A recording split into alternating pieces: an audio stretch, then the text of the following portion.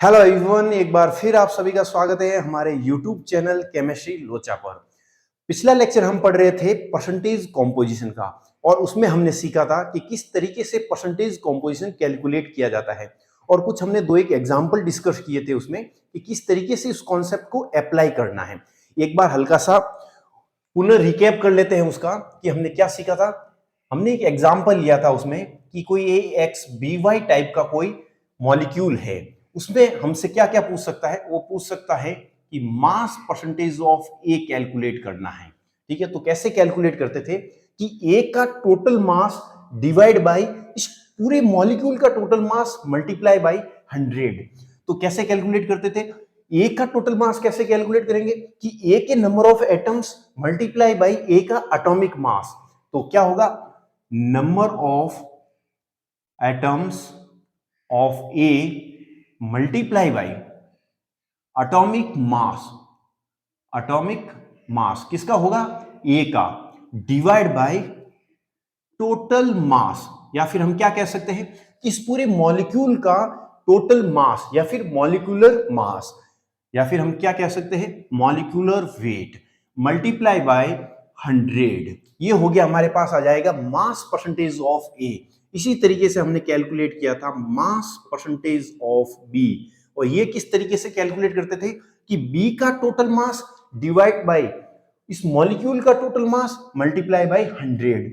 Number of atoms of B multiply by atomic mass किसका, B का, divide by total mass multiply by 100। तो इस तरीके से हमने फॉर्मूला लिखा था कि परसेंटेज कंपोजिशन निकालने के लिए या फिर मास परसेंटेज निकालने के लिए हम किस मेथड का यूज करेंगे या फिर किस फॉर्मूले का यूज करेंगे।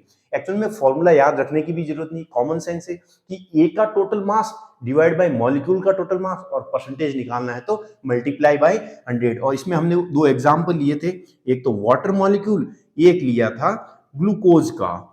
और आज हम जो पढ़ने जा रहे हैं उसमें हम क्या पढ़ेंगे, इस पर कुछ और बेहतरीन क्वेश्चन प्रैक्टिस करेंगे ताकि ये कॉन्सेप्ट हमें बेहतरीन तरीके से और समझ में आ जाए। और क्या रहेगा हमारा पहला अगला क्वेश्चन कि जो है, अगला क्वेश्चन है हमारे पास calculate percentage composition of urea. क्या कैलकुलेट करना हमें, परसेंटेज कॉम्पोजिशन ऑफ यूरिया। और यूरिया का जो मॉलिक्यूलर फॉर्मूला है वो होता है NH2C double bond O NH2, और इसका जो मॉलिक्यूलर वेट या टोटल मास होता है 60। सबको आना चाहिए मॉलिक्यूलर वेट कैलकुलेट करना। हमने एटॉमिक मास पढ़ा था, तो एटॉमिक मास की हेल्प से हम मॉलिक्यूलर वेट कैलकुलेट कर सकते हैं। अब हमें निकालना है इसमें परसेंटेज कॉम्पोजिशन ऑफ, क्या कैलकुलेट करेंगे हम सबसे पहले, नाइट्रोजन का परसेंटेज कॉम्पोजिशन हम कैलकुलेट करेंगे। या फिर हम ये कह सकते हैं कि नाइट्रोजन का मास परसेंटेज, इसको क्या लिख देते हैं, mass percentage of nitrogen calculate करेंगे। तो हम कैसे कैलकुलेट करेंगे कि नाइट्रोजन के टोटल एटम्स कितने हैं, 2 मल्टीप्लाई बाय एक नाइट्रोजन एटम का होता है 14 डिवाइड बाय टोटल मास है 60 मल्टीप्लाई बाय 100। यानी यहां से यदि इसको सॉल्व करूं तो ये हो जाएगा 3 टाइम्स, यानी 140 डिवाइड बाय 3।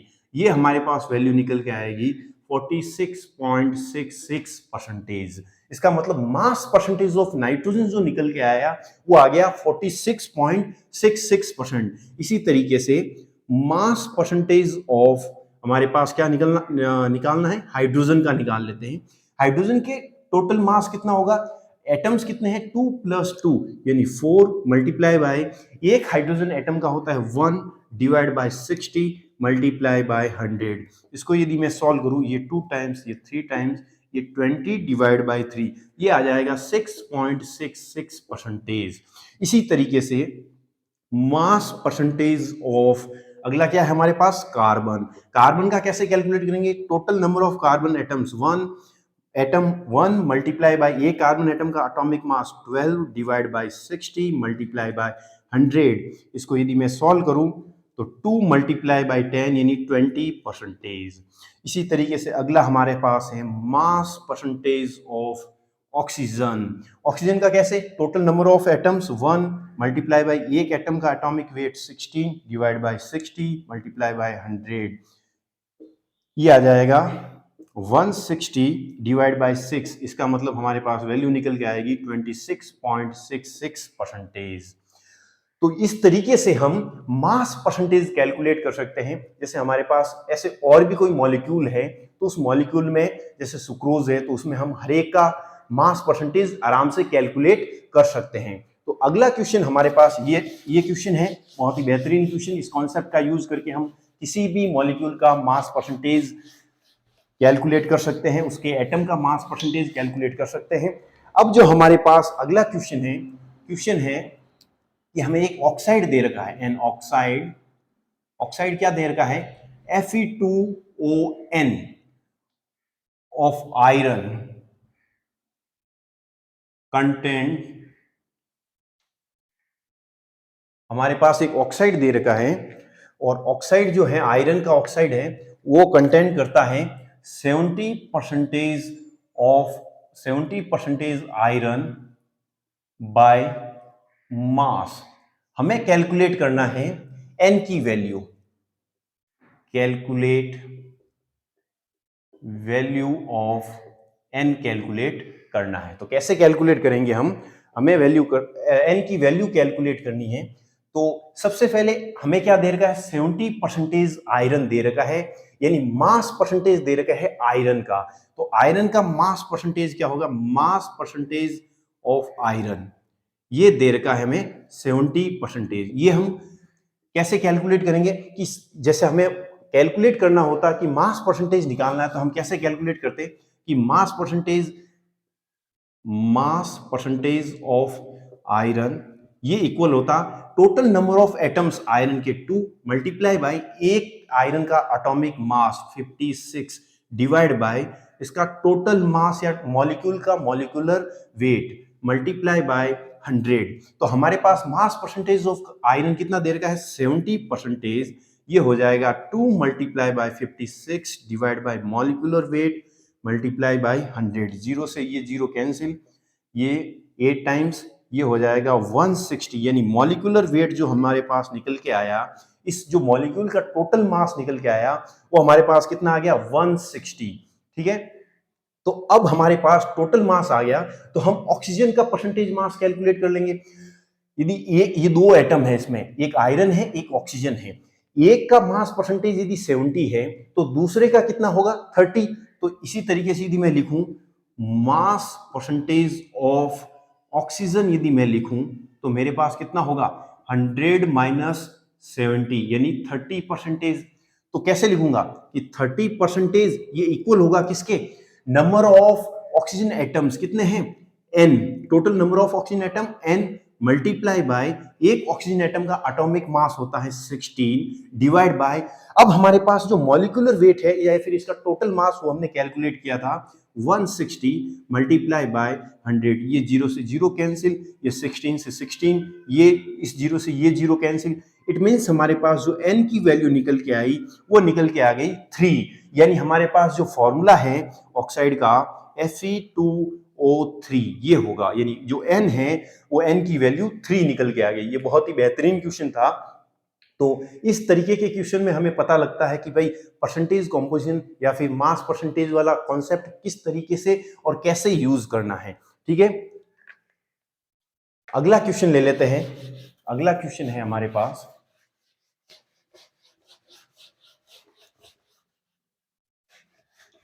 अगला क्वेश्चन है if mass percentage of oxygen in bivalent metal carbonate, mass percentage of oxygen in bivalent metal carbonate is 48%। ठीक है, हमसे पूछा है कि फाइंड आउट करना है, find atomic mass of metal. ठीक है, हमसे पूछा है कि कोई बाईवेलेंट मेटल कार्बोनेट है जिसमें ऑक्सीजन का जो परसेंटेज है, ऑक्सीजन का जो मास परसेंटेज है वो है 48%। तो इसमें जो मेटल है उसका एटॉमिक मास क्या होगा। ठीक है, तो इसमें कैसे कैलकुलेट करेंगे हम कि हमारे पास MCO3 ये है हमारे पास बाईवेलेंट मेटल कार्बोनेट, इसमें हमें 48% दे रखा है ऑक्सीजन, तो मास परसेंटेज ऑफ ऑक्सीजन दे रखा है 48%, इक्वल होगा किसके, नंबर ऑफ ऑक्सीजन एटम्स कितने हैं 3 मल्टीप्लाई बाय एक ऑक्सीजन एटम का होता है 16 divide by total molecular weight हमें पता नहीं है मल्टीप्लाई बाय 100। यहां से यदि सॉल्व करूं तो 3 टाइम्स और 3 से 3 कैंसिल, तो मॉलिक्यूलर वेट हमारे पास निकल के आ जाएगा 100।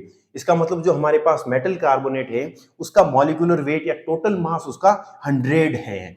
तो अब हमें कार्बन का मास परसेंटेज निकालना है, मास परसेंटेज ऑफ कार्बन। वो कैसे कैलकुलेट करेंगे कि टोटल नंबर ऑफ एटम्स कितने हैं कार्बन के 1 मल्टीप्लाई बाई एक का एटॉमिक मास होता है 12 डिवाइड बाई मॉलिक्यूलर वेट हमारे पास निकल के आ गया 100 मल्टीप्लाई बाय 100। इसका मतलब हमारे पास जो मास परसेंटेज ऑफ कार्बन आया वो आया 12%। अब हमें पता है कि ये मेटल कार्बोनेट है, इसमें एक ये 12% है, ये 48% है, तो मेटल कितना परसेंटेज होगा 12 प्लस 48 60, 12 प्लस 48 ये हो गया 60। तो 100 में से यदि 60 में माइनस करूंगा तो 30% हमारे 40% हमारे पास क्या निकल के आ जाएगा, मेटल का मास परसेंटेज निकल के आ गया।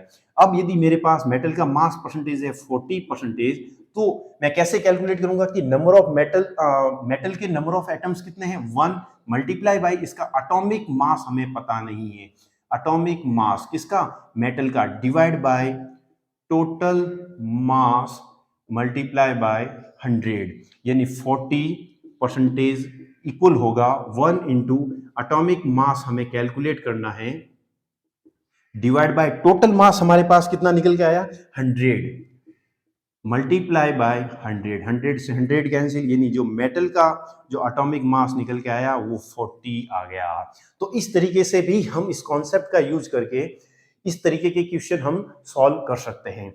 अब बढ़ते हैं आगे के सवाल। अगला क्वेश्चन है हमारे पास, अगला क्वेश्चन क्या है, अगला क्वेश्चन हमारे पास एक दे रखा है कि Na2SO4.XH2O has 50% water H2O by mass। इसमें पूछा है कि हमें x की वैल्यू फाइंड आउट करनी है। तो x की वैल्यू हम फाइंड आउट कैसे करेंगे कि हमें दे रखा है कि मास परसेंटेज है 50%। ठीक है, तो 50% हमारे पास है मास परसेंटेज।